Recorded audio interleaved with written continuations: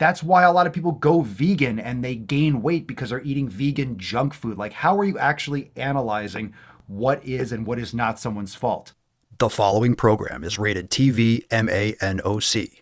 It contains a big pair of nuts directly on your chin. It is intended only for mature audiences. Viewer discretion advised.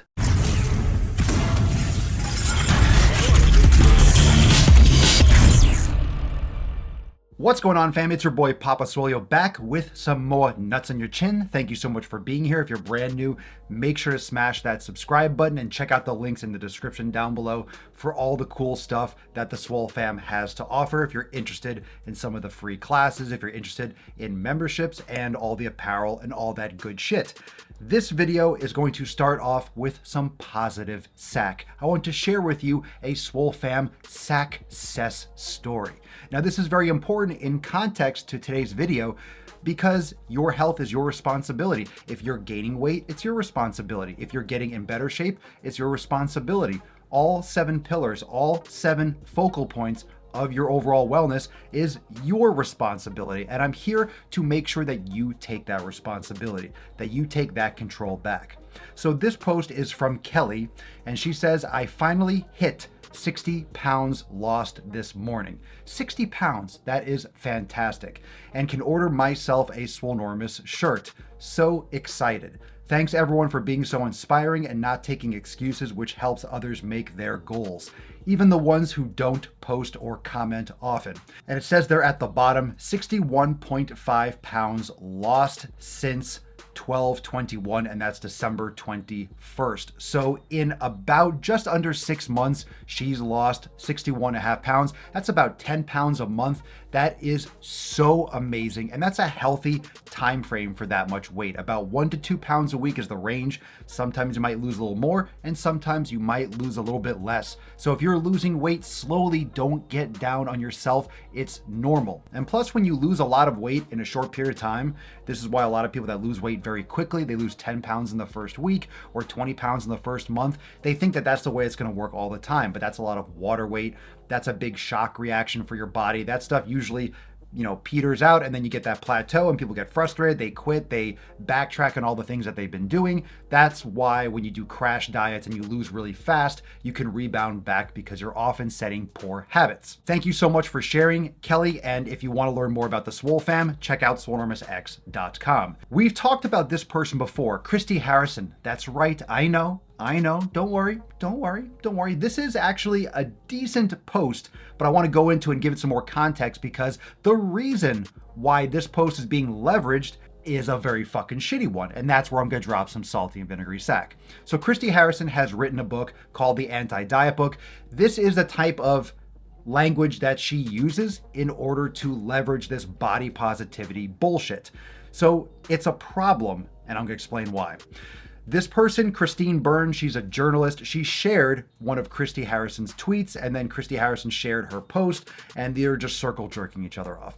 And Christy Harrison's quote was, in any other case, we would be so quick to say, quote, this thing didn't work for me. This product is the problem. But with diets, we think I'm the problem. I don't completely disagree with this. I understand what she's saying. She is saying that if you have a hammer and you use the hammer and the hammer shatters, you'd say this hammer sucks. The hammer broke. It was of low quality. But then if you try a diet and it doesn't work, you say, oh my God, I suck. I'm awful. And you get down on yourself. Whereas it's not you that is broken. It's the diet. It depends on the fucking context. It depends on the context. It's not that clear. Maybe it is your fucking fault. Is it the keto diet that's the problem? Or it's the fact that you didn't stick to it and you decided that cheese was your main fucking vegetable or something? That's why a lot of people go vegan and they gain weight because they're eating vegan junk food. Like, how are you actually analyzing what is and what is not someone's fault? Just because it has the word diet attached to it doesn't mean it's bad. I openly use the phrasing elimination diet. Diet is the accumulation of everything that you consume in a day. When these people use the term diet, it means those crash diets, the juice cleanses, the diet culture. We have to tease out the difference between the uses of the word diet. I like the word diet. Diet is what I eat. I have a diet, you have a diet, everyone has a diet. Christy has a fucking diet. If you're following a restrictive way of eating, That only works if you approached it the right way. If you did an elimination diet and you went through that 4 to 6 week process that we talk about all the time inside Swolenormous X. So again, if you're interested, links down below. But we go through this process of testing which foods work best for our body. It's an elimination process, so we learn what foods work best so that we can approach our nutrition properly. Then if you want to eat more fat because your body, you learn, hey, I love eating more fat. I like eating less net carbohydrates. I like eating more fibrous foods like vegetables. Maybe that works for you. Maybe keto with more veggies works for you. Maybe you find you like to lean more towards veganism. Maybe you find you like to lean more towards carnivore. It's about how you approach it. And then the name that you put on the diet, like fuck the names. Forget if it's vegan or carnivore. You need to figure out which foods work best for you as a human mammal. You need to figure out what works best for you. Because if you do that, who cares what it's called? We have to get off just naming anything. Focus on the foods that work best for you. But still, we can look at that through the lens of quality. Quality is everything. But the biggest issue with her nonsense, the biggest issue with Christy Harrison's shit, is all the hashtags she uses. When she posts this as a quote, as one tweet, that doesn't sound that bad. I can agree with it, but I know the context in which she's using it. That's why there's a hashtag, fat acceptance, body positive, body positivity.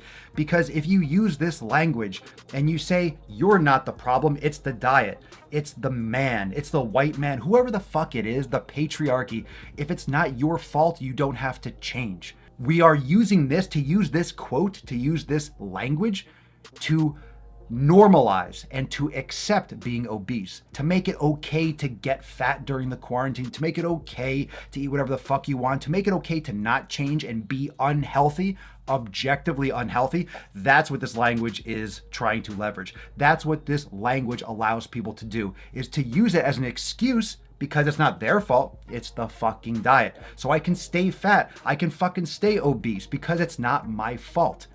If it's not your fault, you don't have to change. It doesn't matter if it's your fault or not. Are you in the current situation that you're in? Are you obese? Are you too skinny? Do you need to gain weight? Do you need to bulk? What's your deal? If you put yourself there, then it's your fucking fault. Did you make choices in your life? Sure. Some people have the opportunity to make better choices from the start. Some people don't, but you still have choices. Everything's a choice. Every time you eat, it's your choice on what to eat. Maybe you don't have a lot of money. You could still choose. If you have $5, you could choose what to buy with $5. If you have $100, you can choose what to buy with $100. Oftentimes, we have choices that we don't want to look at. We want to just console ourselves.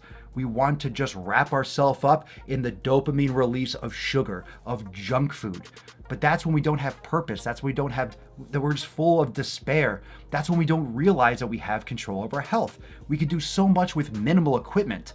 A lot of you probably realized that as a result of the stay-at-home orders, a lot of you saw great results and you realized how little you need to be in shape, how little equipment you need to take care of your health. With yoga, with meditation, all of these things that don't require equipment, body weight exercises, just going for a fucking walk, having good conversation, reading, listening to podcasts, writing, all these little things that you might not have had time to do for years.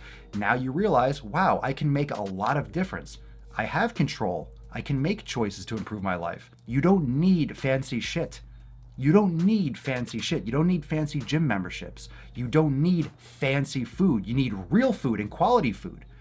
And you might have to negotiate. You might have to compromise someplace and somewhere, depending on finances, depending on access.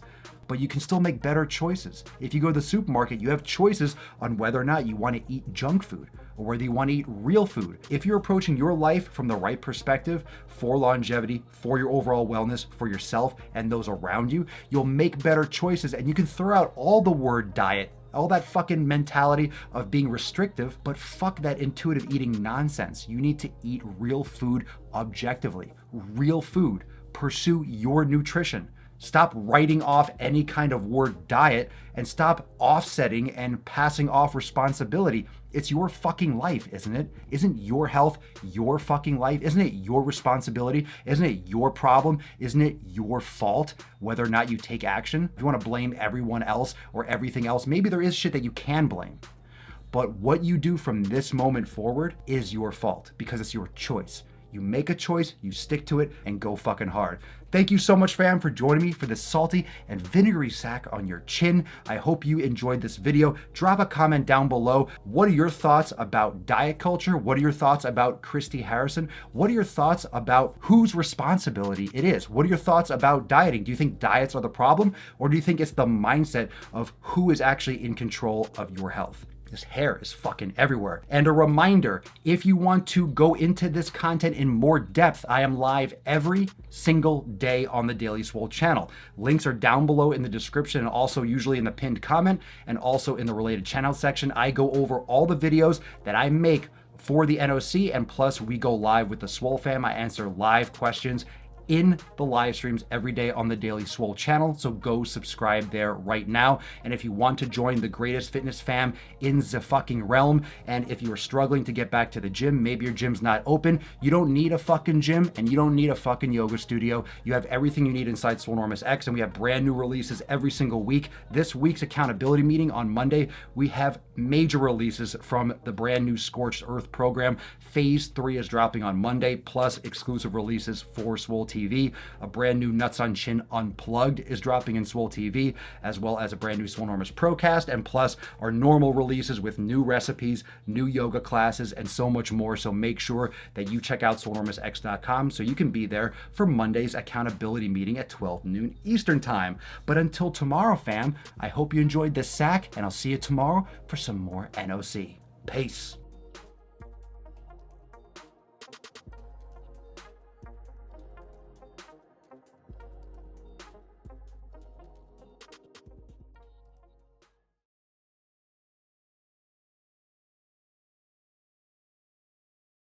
You know what the problem is? Beesh is thinking that big isn't beautiful. I mean, look at my body.